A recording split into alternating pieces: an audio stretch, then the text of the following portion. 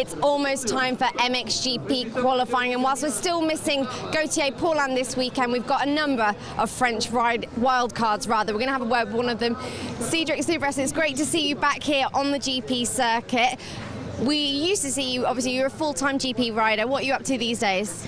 Yeah, these days will be a good experience for me. It's a long time I haven't ridden in GP, so yeah, I'm quite happy to ride for my team HGI Honda. So yeah, now I'm working for the Supercross season coming, so it's my last motocross race, so I'm really pumped about riding here this weekend. Great stuff, enjoy it.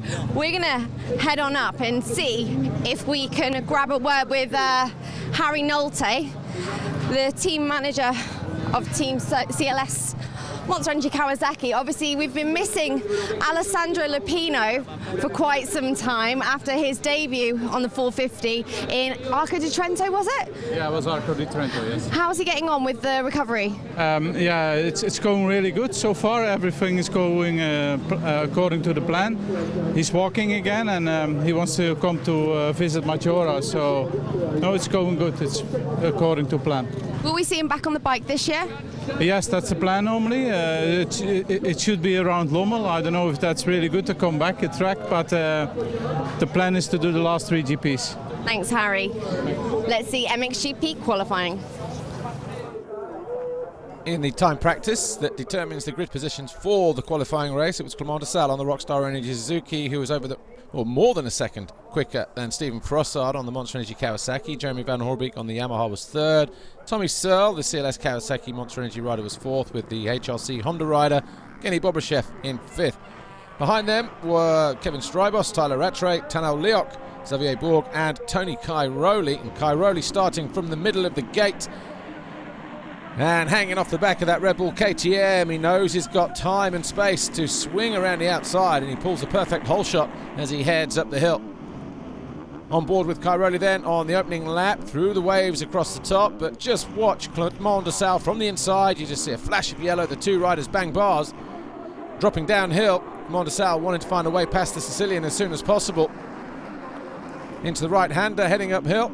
Tony Cairoli takes a cheeky look back to see exactly where Clément de Sale is, and obviously from that moment Tony Cairoli knew that he had a bit of a fight on in the early stages of the race to stay ahead of the Suzuki of de Sale. Behind them were the Yamaha of Jeremy Van Hoorbeek, the KTM of number 11, Sebastian Pourcel as a wild card here, just there behind Van Hoorbeek in the flash of green. On board with Davide Guarnieri as he was down in a battle in 13th place on the opening lap behind David Philipparts and Kenny Bobryshev. Sean Simpson in and amongst that battle. Xavier Bourg also in there as well, and getting rather innovative with his lines there, David Guarnieri.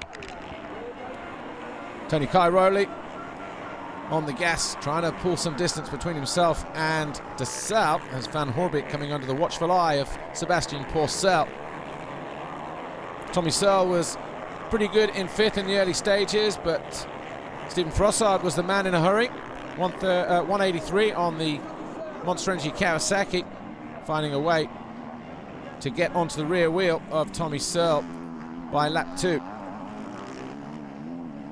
See Tommy Searle trying to swing around the outside, and Frossard going even wider. Strybos just there behind them in 7th place. Strybos would only last 3 laps though before falling on lap 4, right the way back down to 17th, and it would be a tough struggle back for the Belgian to get back to 12th. Just saw his teammate there, Clément de Sale, getting a little bit squirrely, but while he was still on track, the number 11 of Sebastian Pourcel was making a pretty good fist of it, but as I said, he fell on lap 3 down to 25th place. He was down in the corner just after the finish line for a considerable amount of time. Couldn't get his bike started.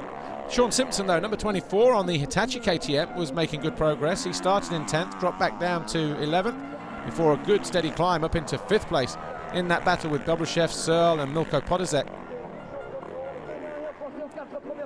Cairoli on the Red Bull KTM still hadn't shook off the challenge of the Suzuki of de Sale, and the first 4 riders, which included Van Hoorbeek and Frossard, were pretty much equidistant. No one gaining ground on each other. Bobryshev closed in on Tommy Searle. Those two were fighting over 6th and 7th position. And you see everybody else queuing up behind him as well. Sean Simpson, one of those included, eventually finding his way past. Simpson coming home in 5th, which was a pretty good ride for the Scotsman. Cairoli likewise was making light work of the conditions. A circuit different to what it was in 2012, the last time we came here, of course. We still jumped down the big step down here, but we used to then go left and then back up in the opposite direction. We're just using the hills in a slightly different order this time around. Despite only qualifying in 10th in the time practice, Tony Cairoli just showing how important a good start is. Getting a whole shot, never really looking back, leaving everybody else to challenge him. So Cairoli came home a winner, De Salle second, Van Hoorbeek, Frossard and Simpson were your top 5. But giving us a taste of what to look forward to tomorrow, check this out, De Salle and Cairoli. Tony, you pulled the whole shot. How important is it to get a good start at this particular track?